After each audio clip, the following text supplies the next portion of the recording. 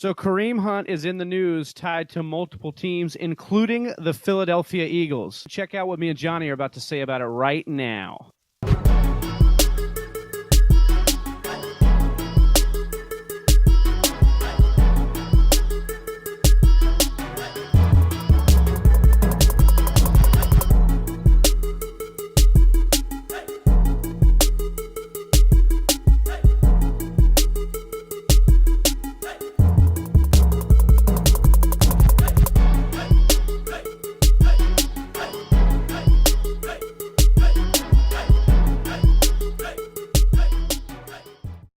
That's right. I can't believe this is true, Travis. Kareem Hunt is drawing interest not only from one team, according to Adam Scheffler, but multiple teams, two of which I really want to talk about today. One is the Philadelphia Eagles, which seem to be the major landing spot, and the other one is the Chicago Bears.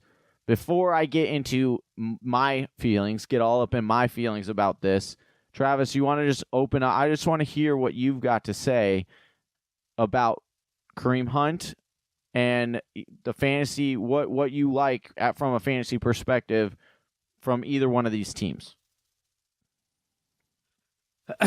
I'm struggling a little with this one, Johnny. I'm not liking the prospect that Kareem Hunt's just going to get another shot in the NFL real quick like this. But we'll go ahead and put that aside. I'll put my personal stance on the side here for that one. And we'll talk about first the Chicago Bears. Love the ability for them to bring in a third running back here. The fantasy purposes kind of suck for all guys involved here. And especially, you got to look at Tariq Cohen kind of getting phased out of this offense a little bit if Hunt comes in, because we know how good Hunt is in the receiving game. I mean, he's worked on it over his career, and they've, Nagy has seen Reed make him effective in that role. So I think that he's going to do that. He also had time with Kareem Hunt in his rookie season, so he knows how to use him in those spaces. So will Tariq Cohen be that guy you could feel comfortable starting, especially in PPR formats coming down the year, coming down the stretch of 2018? It's going to be hard to see that this year if he lands in Chicago with all the backfield, with all the guys in that backfield. On the other side, Philadelphia, I kind of like this. I kind of like this matchup here. Nobody really took the reins over in that backfield all year. Multiple injuries. You saw guys slide in and out of that lineup. Jay Ajayi, Corey Clement, Wendell Smallwood. I mean, guys were coming out of every, piece, every rock and nook and cranny there they could find. They found a running back under. And so for me, you plug one guy in that can do it all, and that's exactly what Kareem Hunt is, skill-wise. So for me, I think that's the best fit. And for fantasy purposes, you're going to like that because it's a defined role. It's a guy you can trust. Although, statistically, Doug Peterson has never given guys over 150 carries in a career or in a season. So yeah, that's super interesting to me. That's the biggest thing that I draw back from the Philadelphia Eagles point of view, right? We've never seen a workhorse back. I guess you could say, though, that they've never really had a workhorse back like Kareem Hunt. I want to just piggyback off and you look at what they thought they did have in Jay Ajayi, right? They start feeding him and he breaks down. So is that going to further Doug Peterson's, line of thinking that he's not going to give guy the ball? I don't know that you go after Kareem Hunt, though, and not continuously feed him, right? I mean, that's just my take, right? Yeah, I mean, you got to look at Sproles is... I mean, he might come back for another season, but it's hard. Like, that dude just can't stay healthy. So at what point does he just say, you know what, I'm just going to call it quits? He's been in the league for like 100 years, so he's got to be gone, right? So that clears one spot. Corey Clement, he didn't really show anything. I think this would be like a two-headed kind of thing. I think for the first time, though, he would be forced to, because Kareem Hunt is a very good talent. I'll give him that. That's the one thing I do believe in is he had 11 games last year, and he still finished as the RB13. He had 824 rushing yards in 11 games, Travis. And so you put that behind that offensive line, and he's going to be successful, I think, no matter how many carries he gets or how many touches.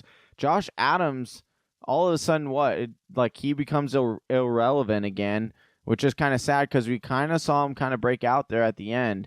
But Travis, the big thing here is I want to touch on, and that is I don't understand how he gets another shot so soon. I understand and I get how talented he is. I will give him that all day of the week. But the video that came out was disgusting. It was disturbing. And here's the other part of it that I want to jump into. I'm not the moral police, and I understand that. But people dogged, no pun intended, dogged on Michael Vick for what he did to the animal. That was really bad timing, dude. I know, I understand that. But was the worst possible. Yeah, but Michael Vick spent time in prison for what he did. We get video of what Kareem Hunt did to a female, which was disturbing. I felt like he treated her worse than a dog, and she is a human, and yet nothing comes of it. He gets dropped from a team, which kudos to Kansas City, bravo to them. And then all of a sudden, you're going to sit out 4 games. Yes, I understand he's going to get a suspension for 10 games probably, which is great. Good for, I think, what I honestly think, and I hope Roger Goodell makes so many bad choices. I hope he makes this one right, and he's like, you know what? I'm not going to reinstate you, Kareem Hunt. I don't care that it's been reported that you've turned your character around. Sitting out 3 games of this season and 10 games into next season, that is such a small amount for what he did. And you look at, even go back to Plaxico Burress, who shot himself in the leg with his own gun. And no, I'm not rapping from 8 Mile, okay? And he was out, he was put in jail for longer and wasn't able to come into the league right away. Like, I don't understand this, and it almost is in a way making it minimizing the assaults on women and the physical violence, and saying, yeah, we know that there was video, we saw what it was, and we're just going to look the other way. That's very disturbing to me. That's just my little 2 cents on that. But interesting is, and look, I agree with you wholeheartedly on a lot of this. I mean, I think it's disgusting that the guy's doing what he's doing. It's on camera, and the NFL is, kind of turning the other way, or at least teams are. And that's why I wanted to speak on this. The Eagles and the Bears are both the teams interested in picking up Kareem Hunt, or at least the heavy favorites to pick him up. Both of those teams have experience with Andy Reid. So both Doug Peterson comes from Andy Reid. Matt Nagy comes from Andy Reid. They would know a little bit better about who Kareem Hunt is. Yeah. And so maybe that's why they're a little bit more willing to take a chance on him, knowing about, him and having that ties to him. But I still think, he gets signed, and then we'll see what the NFL does. For me, he's going to be a guy I avoid in probably either of those situations. Yeah. Just because I'm not trusting. I don't feel comfortable drafting him personally, and I'm not trusting. Fantasy is about fun, guys. Mm-hmm. And if you're out there having fun and you like the players that are on your roster, that's awesome. If you can't personally make a choice on a guy because of his actions, I mean, that more power to you. It's your roster. You're playing this for fun. Yes, we want you to win, but we also want you to support the players you got on your roster, man. Yeah. Meanwhile, a guy who kneels is sitting out of the league. It just baffles me. But I want to touch on, Travis, the Chicago Bears situation, because to me, that one is more interesting than the Philadelphia Eagles situation, right? You talked about Tyreek Cohen fading if this happens, but Jordan Howard, I actually would not be shocked if he gets cut if they do sign Kareem Hunt. Here's what I should probably elaborate on that. If they sign Kareem Hunt, I'm assuming that I'm fading Howard. Yeah. I'm assuming that Howard, if he's not cut, he gets relegated to the bench. My stance on this is that if Tariq Cohen is able to thrive with Jordan Howard there, because Jordan Howard wasn't catching the ball as well, you bring in Kareem Hunt, he's gonna lose some of those snaps, because it's always better for the coordinator to have a guy on the field that the defense doesn't know if it's going to be a pass or a run. Right. And so that's kind of my point.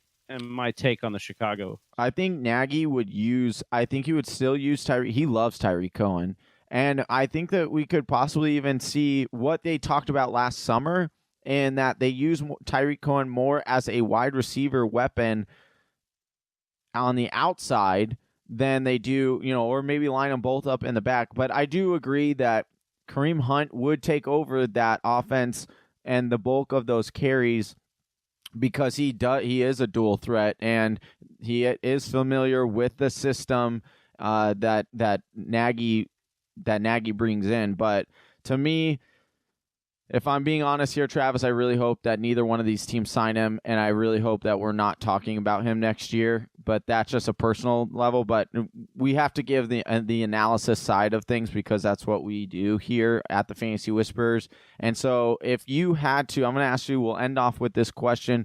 If you had to choose a team that you would like him to go to and you think you would have the most success, where would you ultimately choose? I'd like San Francisco. I think their backfield situation is a little bit weird.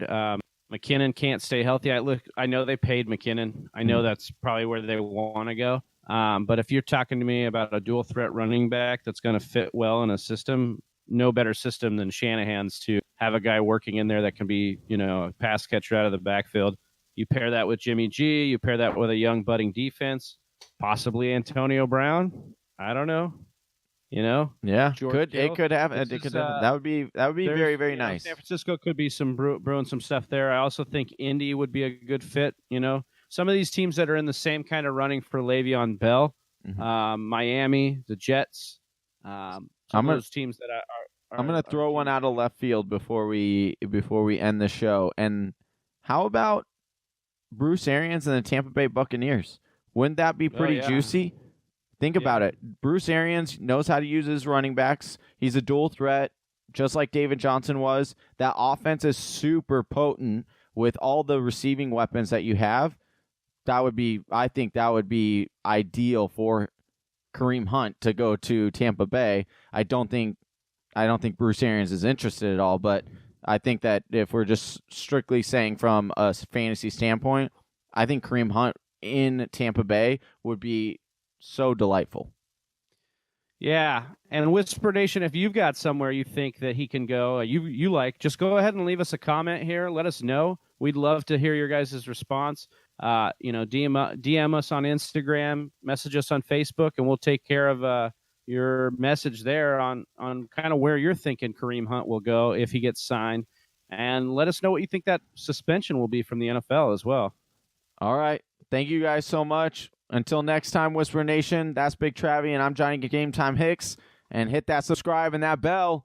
We're out. Peace. Peace.